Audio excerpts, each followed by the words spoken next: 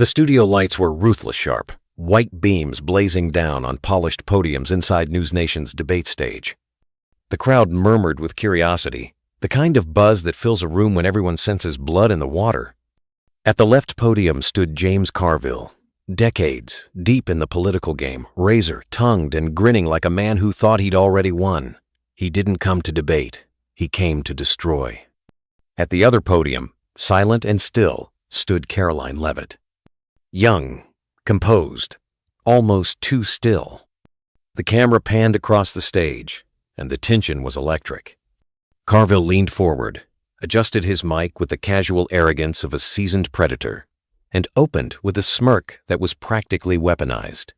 "Folks," he drawled, his southern cadence thick with sarcasm, "I've seen some political circuses in my time, but this Trump legacy crew, they've brought the whole tent." He didn't talk policy. He didn't build an argument. He went straight for the jugular. He mocked Melania Trump, a first lady in a golden cage, and rolled his eyes at the mention of Donald Trump's leadership. Then he turned his full attention to Karoline. "And now," he scoffed, "we've got Miss Leavitt here, reading scripts and playing cleanup for a man who can't even string a sentence together without chaos in the rearview mirror." A few in the audience chuckled. Some shifted uncomfortably. The camera cut to Karoline. She didn't blink. Her hands rested gently on the podium, fingers laced. Her shoulders stayed square. Her chin didn't drop, didn't rise. Her lips pressed in a neutral line, but her eyesure eyes said something else. A storm was building behind them. Carville wasn't done. He swaggered a step closer to his mic and drove the knife in deeper. "So tell me, Miss Leavitt," he grinned, his voice dripping with contempt, "how long do you plan to pretend this whole thing isn't a sinking ship?" The audience inhaled. Everyone expected her to crack, to recoil, to clear her throat and fumble out a defense. Carville had seen it before. He'd caused it before rattled rookies until they folded live on national television. But Karoline didn't move, not even an inch. And that's when the silence began to shift. It stretched longer than expected. It was no longer the silence of someone searching for words. It was the silence of calculation, of preparation, of calm control. She didn't raise her voice. She didn't react. She waited. And that made Carville nervous. Behind the cameras, producers exchanged glances. Something about her stillness was unsettling. The smirk on Carville's face didn't falter yet, but the audience could feel it. This wasn't going the way he thought it would. Because Karoline hadn't come to play defense. She hadn't come to trade barbs or play nice on television. She had come prepared with more than talking points. With purpose, with precision, and with a quiet fire that was about to rewrite the entire tone of the night. What had started as a political ambush was morphing, second by second, into something far more unpredictable. And while James Carville was basking in applause for a punchline, he didn't realize he just triggered the most powerful weapon in the room. A woman who had been underestimated her entire career and was tired of playing small. This wasn't just another debate. This was going to be a reckoning. The audience didn't breathe.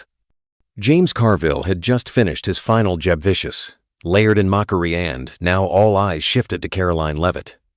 A camera zoomed in, catching the curve of her lips, the stillness of her eyes, the absolute refusal to flinch. Seconds passed. Long, uncomfortable seconds. And in those seconds, something deeper than strategy began to stir.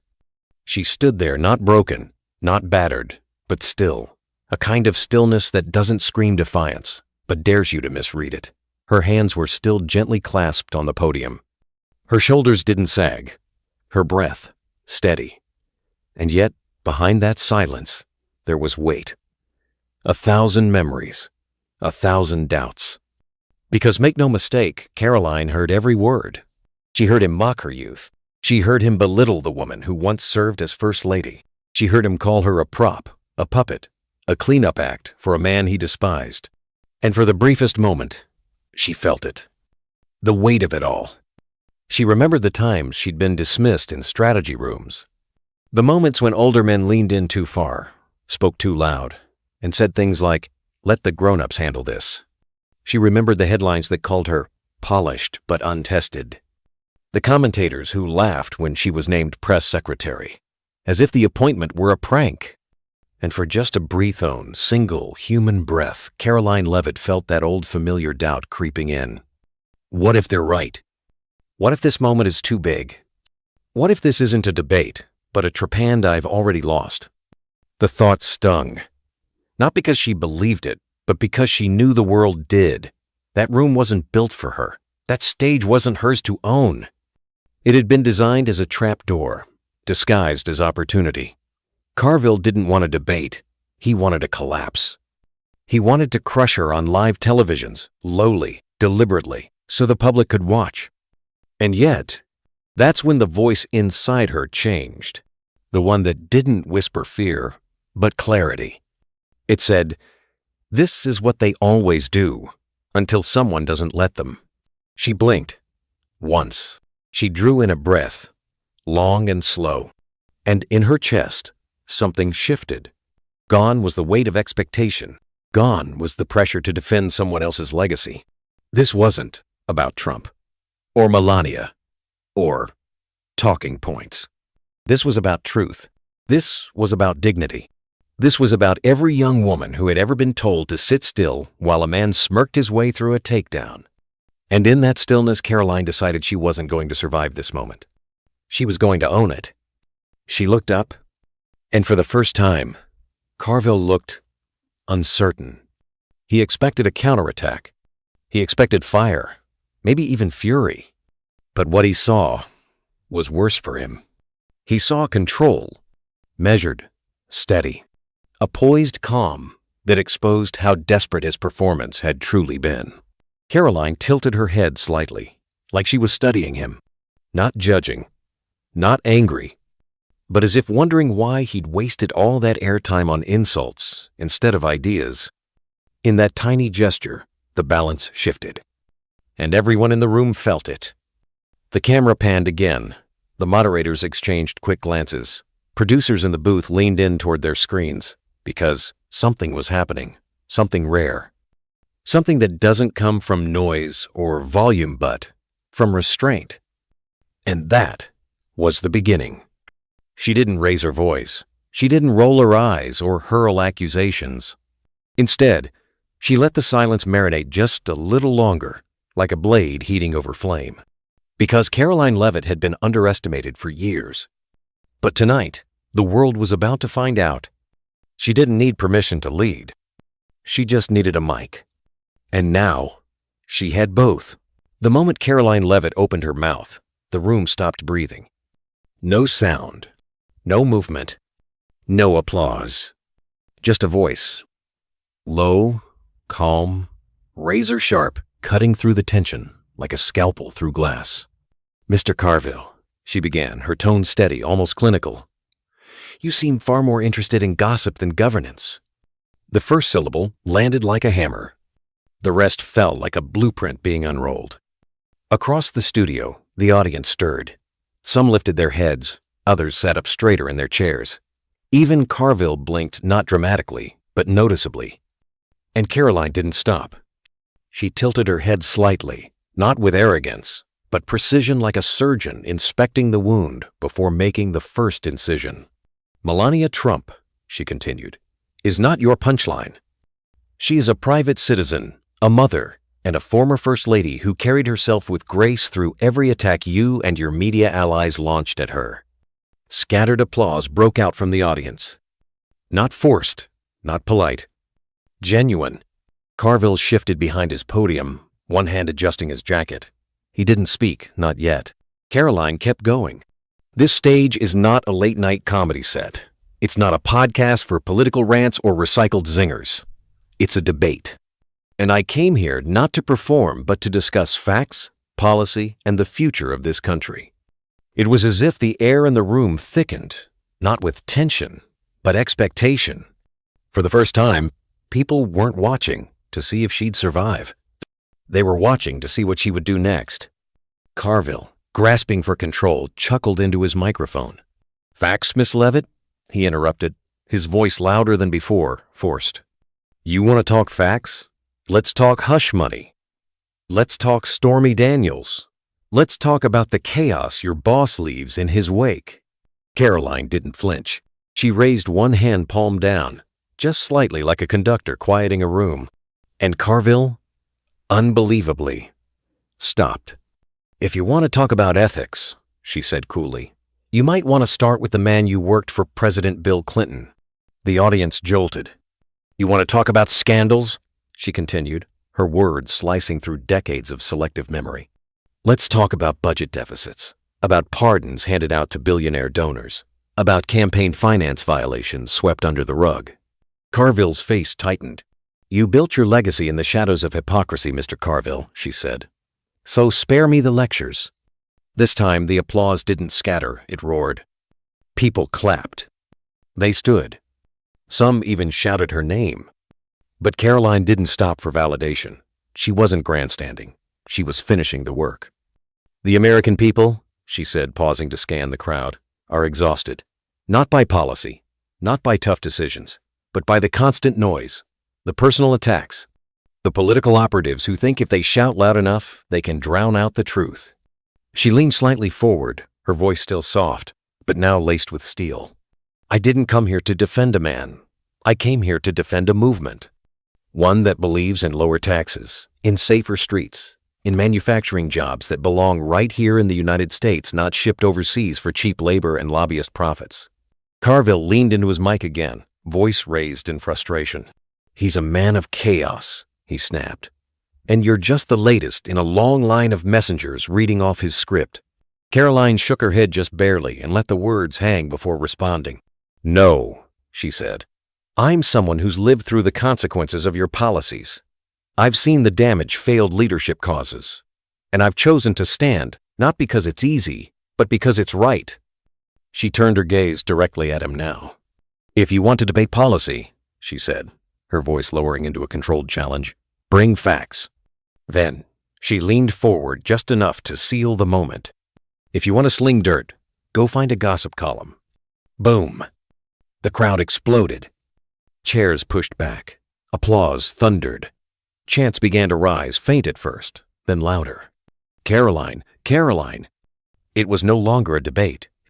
It was a turning point. Carville stood stiff, gripping his podium. He had nothing. His years of experience, his reputation, his arsenal of jabs neutralized. Not with outrage, not with theatrics, but with clarity, composure, and truth. Karoline didn't gloat. She didn't smirk. She simply turned toward the moderator and said, "I'm ready for the next question." And in that single gesture, she didn't just reset the room. She redefined it. Because on that stage, in that moment, the nation didn't just witness a young woman respond to an attack, they watched her rise. And the story was no longer about Carville's punchlines. It was about Karoline's presence. James Carville had been on television for decades. He'd faced down governors, presidents, reporters, and rivals. He was used to controlling the room, to snapping off insults that drew laughter and leaning into his drawl to soften the sting. But now, he was quiet. Not by choice, by command. Karoline Leavitt had done something rare. She had stripped the debate of noise and replaced it with clarity. And now she was about to do something even more dangerous, for Carville, that is. She was about to bring the facts. He tried to pivot, tried to reclaim ground. With a forced grin and a wave of the hand, Carville chuckled into the mic. All right, let's get serious then. Trump's economy, huh?" His voice rose, dripping with sarcasm. "Tariffs tossed around like confetti. Trade wars disguised as strategy. Ask the farmers. Ask the factory owners. They paid the price." He turned to the audience now, his tone rising. "Over 145% in tariff hikes on Chinese goods. That's not leadership. That's a tax hike on American families. You felt it. At the grocery store. At the gas pump. You felt it every time you tried to live your life." He stood taller, confident in the stats. This was his lane, now economic fear. But Karoline didn't blink. She waited, letting him speak. She didn't interrupt, didn't roll her eyes, didn't even look rattled. When he was finished, she picked up a folder on the podium and held it up not for flair, but for proof. "Mr. Carville," she said calmly, "you keep repeating slogans. I came with numbers." That line alone sparked a ripple through the audience. She flipped the folder open. Since President Trump's tariffs were enacted, over 1.5 million manufacturing jobs were created, she said. Real jobs, full-time, domestic, not outsourced, not imported. She turned a page. More than 350 U.S. companies brought their production lines back home. We're talking steel, textiles, electronics industries your party had written off as dead. Carville opened his mouth, but she didn't give him the floor. And tariff revenue, she continued, over $130 billion. That didn't vanish. That was invested into highways, bridges, American factories. Infrastructure that serves the people who actually build this country. The crowd clapped again louder this time. Karoline didn't pause. You call that economic suicide. I call it leverage. I call it protecting American workers from being undercut by foreign labor and manipulated currencies. Carville tried to cut in, waving his hand toward the moderator. She didn't raise her voice. She simply raised her hand again just slightly, and he stopped. Let's talk inflation, she said, turning toward the moderator with a nod. Under President Trump, inflation averaged 2.3%, lower than every year under the Obama administration. She looked directly at Carville now. You say tariffs hurt families, but under Trump, grocery prices stabilized.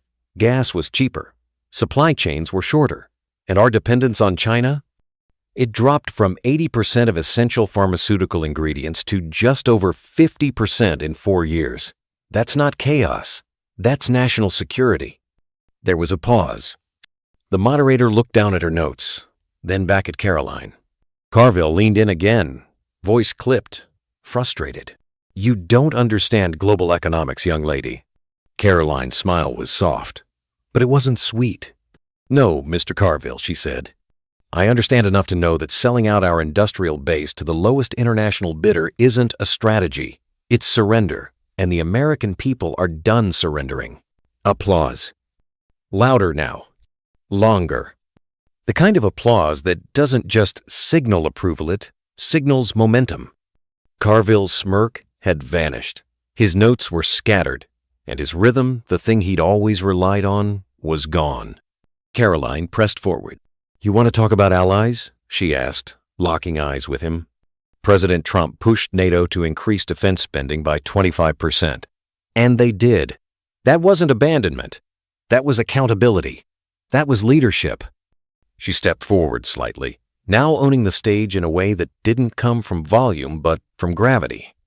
See, Mr. Carville, your generation believed leadership was about playing nice in global rooms, even when Americans suffered for it.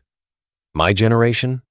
We believe in standing firm, in speaking truth, in building a country that works not just for Wall Street, but for the factory worker in Pennsylvania, the rancher in Wyoming, the nurse in Georgia.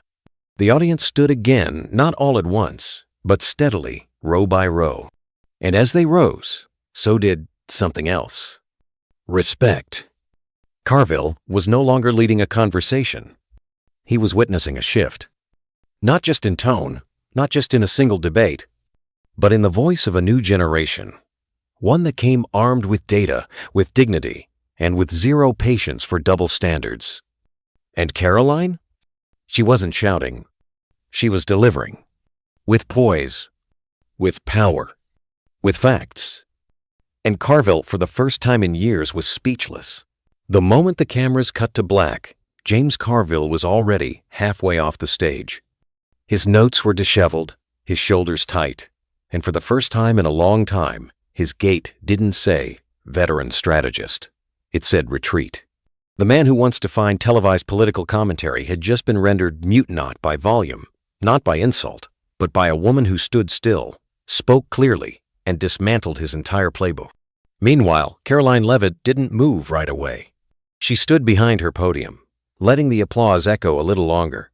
Not for vanity, but because she knew this moment wasn't just hers. It belonged to everyone who had been talked over, everyone who had been told they were too young, too emotional, or too inexperienced to speak truth in the presence of power. And the moment she stepped off that stage, everything changed.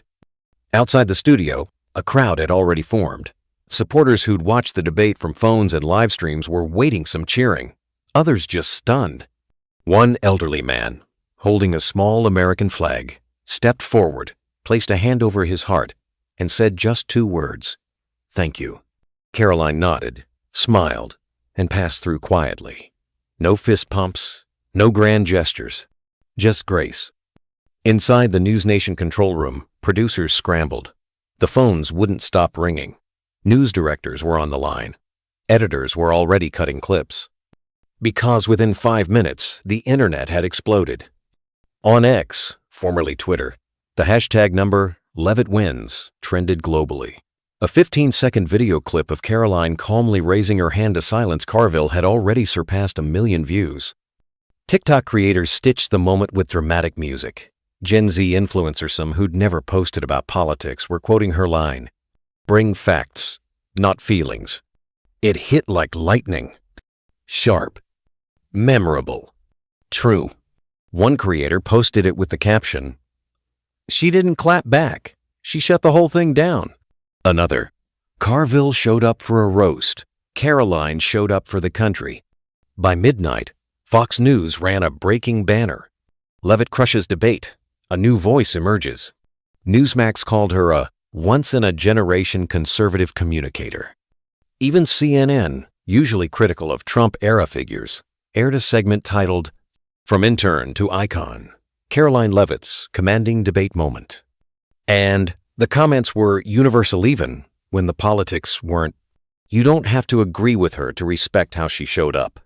I didn't expect to be inspired tonight, but I was. On YouTube, independent commentators broke down her debate performance.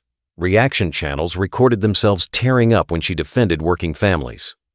In one viral video, a young Latina nurse in Texas watched Karoline's line about trade and whispered, "That's what my dad's been saying for years." A steel worker in Ohio posted a selfie video saying, "She spoke for us. No spin, no theatrics, just truth." Veteran groups reposted her national security stats. Teachers highlighted her calm under pressure. Even small business owners stitched together montages of her economic arguments, calling her the voice of the forgotten backbone of America. But while social media crowned her, Karoline didn't spend the night celebrating. She returned to a small corner office at the White House. Alone, no cameras, just silence. On her desk, a framed photo of her husband Nicholas holding their son Nico with the Capitol dome glowing faintly in the background. She placed a hand on the glass, not out of pride, but out of purpose. Then she sat down, opened her folder of notes, and began reviewing them. Not because she doubted herself, but because she knew viral moments come and go. Movements require discipline. As the digital world spun with energy, Karoline stayed grounded. Her calendar flooded with speaking requests from CPAC, college campuses, veterans halls. But she knew the real work wasn't on stage. It was after. She drafted new talking points. She updated her datasets. She underlined one phrase from her notes 3 times. Clarity wins when chaos is expected. Because that's what she'd done. She didn't yell louder. She refused to yell at all. She chose restraint over reaction, facts over fireworks, dignity over dominance. And the public felt it. In a political world addicted to outrage, she reminded people of something different. That calm is power. That confidence doesn't need to be loud. That leadership starts with listening and lands with truth. By morning, headlines rolled in. Leavitt redefines debate culture. Not just another press secretary. Silence, facts, and a thunderous response. And while James Carville became a meme-high's stunned face splashed across social media with captions like, "When the old playbook stops working, Karoline became something else entirely." A signal. A spark. A standard. In living rooms, classrooms, factories, and dorms, people didn't just talk about her words. They talked about why they mattered. Because it wasn't about Trump. It wasn't about Carville. It was about something deeper, something quiet, something rising. It was about being heard again. And Karoline Leavitt had done more than win a debate. She'd reminded America what strength really looks like.